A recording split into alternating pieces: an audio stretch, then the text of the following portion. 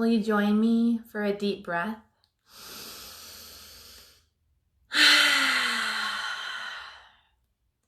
I hope you feel a little better now.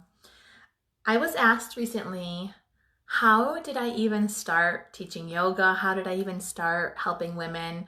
And I thought that was a perfect opportunity to come, say hello, share my story with you on just some things that I don't share on a regular basis. I kind of share things that I'm going through on a daily and week-to-week basis as a mom, as a human.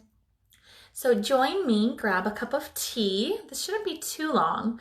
I actually just finished an interview with my friend Kristen. She's in California.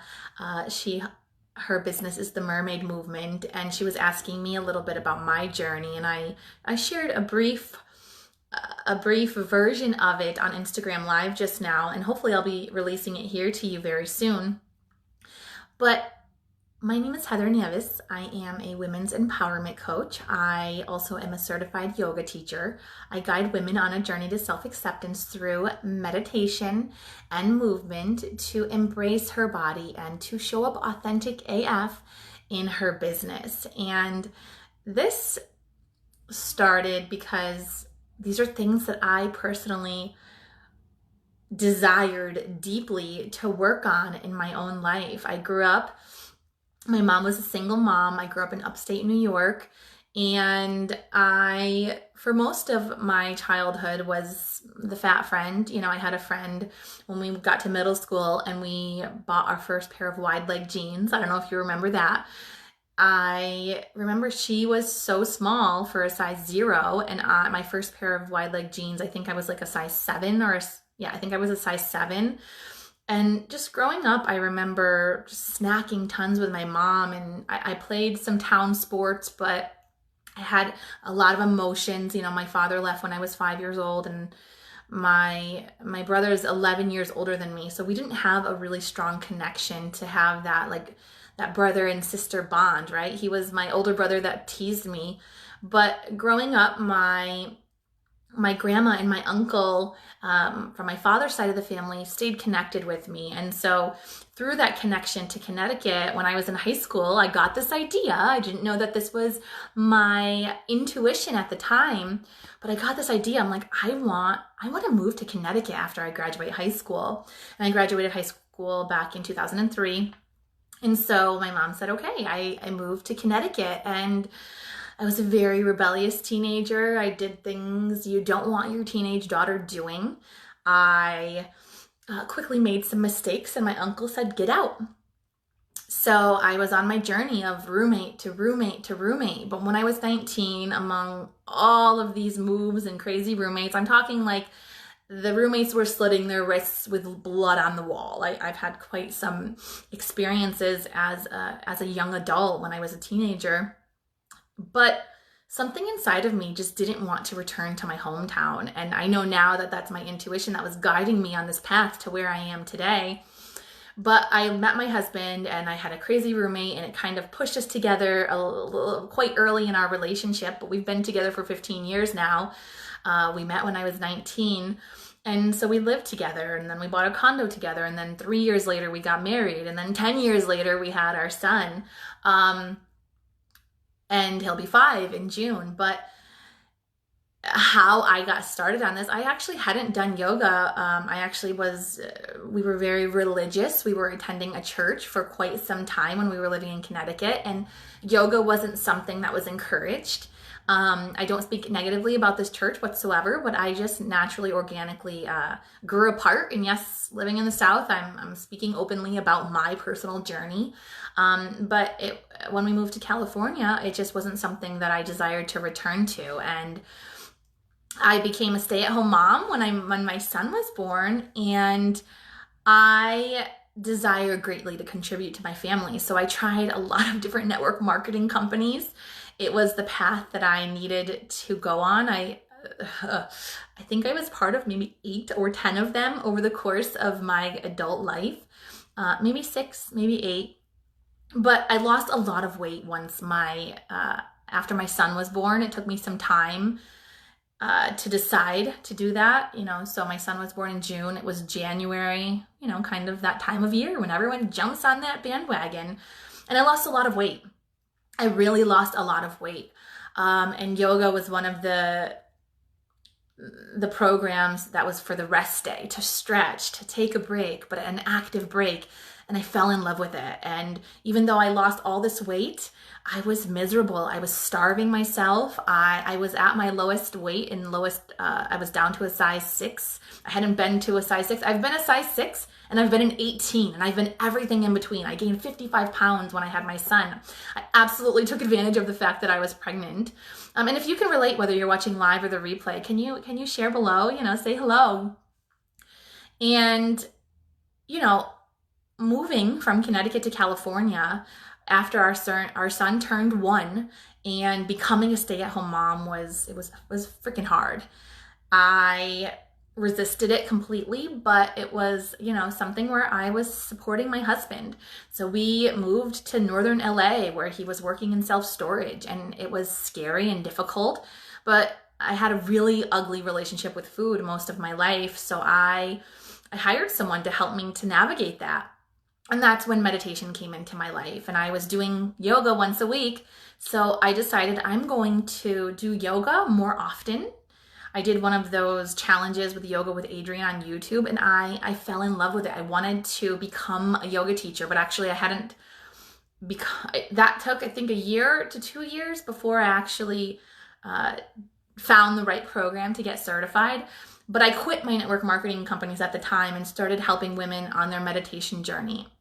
And realized in all of these network marketing companies, I was coaching women, I was empowering them, I was holding them accountable, reminding them of their greatness as I was on my journey to remember who I was at the same time. So in California, we moved again. I found a studio that I aligned with, and I took their yoga teacher training program. It was a 4-month program. Last spring I did that, but I still had some coaching programs and clients, but I shifted my focus on yoga. But it was the perfect integration in helping women on their body positive journey, on a journey to self-acceptance and self-love. And so yoga, it made so much sense.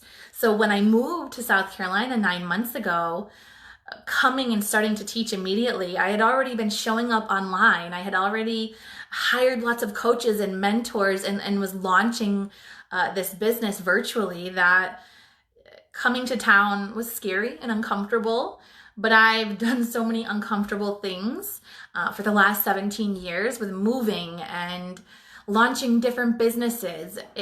Gary Vee, if you don't follow Gary Vaynerchuk, he'll tell these young entrepreneurs, you need to go try all the things so that you can decide what it is you enjoy doing. And if you don't try all the things, how will you possibly even know, right? So I think at one point in my life when I would share this story with others, I definitely felt some embarrassment or shame for signing up with so many different jobs over the years and signing up for so many network marketing companies. However, it was the journey that I needed to take in order to realize what my gifts were, in order to realize what I liked and what I didn't like. I'm no longer affiliated with any network marketing company, although I have tons of friends that are, and I support with all of my heart because it's an incredible business that's it supports so many families, right? But for me, I realized my calling was to do something else, right? And so that's where I'm so confident, and some people come to me with opportunities all the time, but I respectfully decline on a regular basis. So I actually opened up an actual little mini yoga studio in February before we were quarantined, and it was something that happened very unexpectedly, but I have been on this incredible journey of trusting my intuition. And I know trust is something that is hard to trust another individual, let alone trust your own intuition.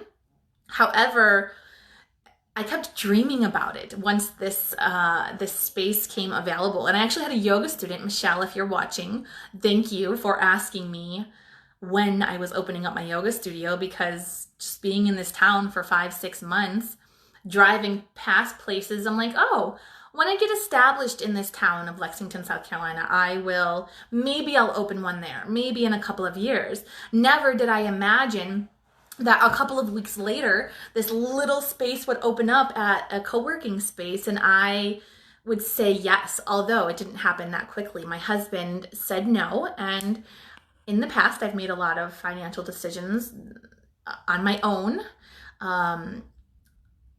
without communicating. And for us, it's very important for us to make financial decisions together since we've been together for 15 years now.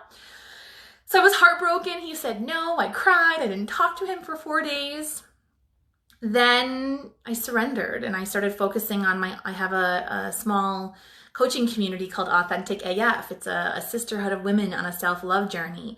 And I lead them in meditations and monthly sisterhood sessions. And I offer them yoga in addition to my other yoga membership that we're doing during this quarantine. That's virtual, but he said, you know what, I think you should go open up that yoga studio. And it's only for 8 yoga mats. And once we're out of quarantine, if you're local, I definitely would love to have you come. But yoga, there's a lot of yoga philosophy that I enjoy, but I don't teach because it feels a little confusing. It feels connected to a religion. But yoga is a way of life. And I have blended my personal journey of self-love and body positivity and self-acceptance and meditation with what I've learned in yoga teacher training to come to offer you I Love Me Yoga. So if you haven't taken a class yet, just know that this isn't your average yoga class.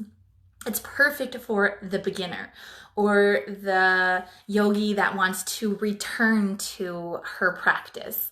And so as a women's empowerment coach, I get to lead this I Love Me Yoga experience, infusing it with beautiful lyrics in the music that I sing virtually to you.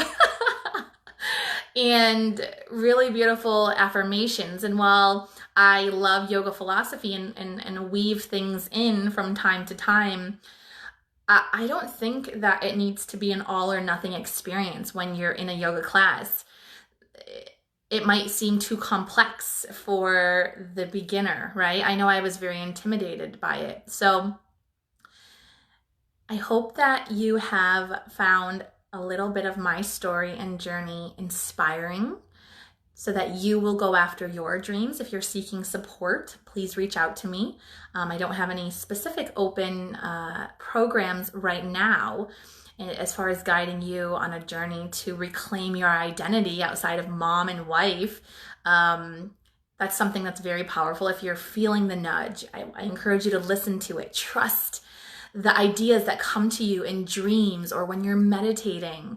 I don't believe that meditation has to be fully silent. I get some of the most incredible ideas when I'm meditating, although I do enjoy silence as well to kind of calm the storm that happens within me sometimes, because we are addicted to thinking.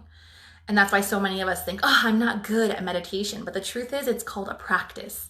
Yoga is a practice. And so when you continue to show up for yourself, to practice sitting with yourself, incredible realizations happen, magical experiences happen. And sometimes you're like, wow, that was quiet. That was nice. And maybe it's not this profound experience that you're expecting it to be, but maybe there was a moment in between that you found some peace, some joy, some happiness, a memory from your past comes through. It's different for everyone. So thank you for joining me for today's impromptu story about how I Love Me Yoga came to be. Ask questions if you're inspired. Invite a friend to watch this. Try one of my classes. I currently offer $5 virtual drop-ins to my I Love Me Yoga. I do have a membership as well. And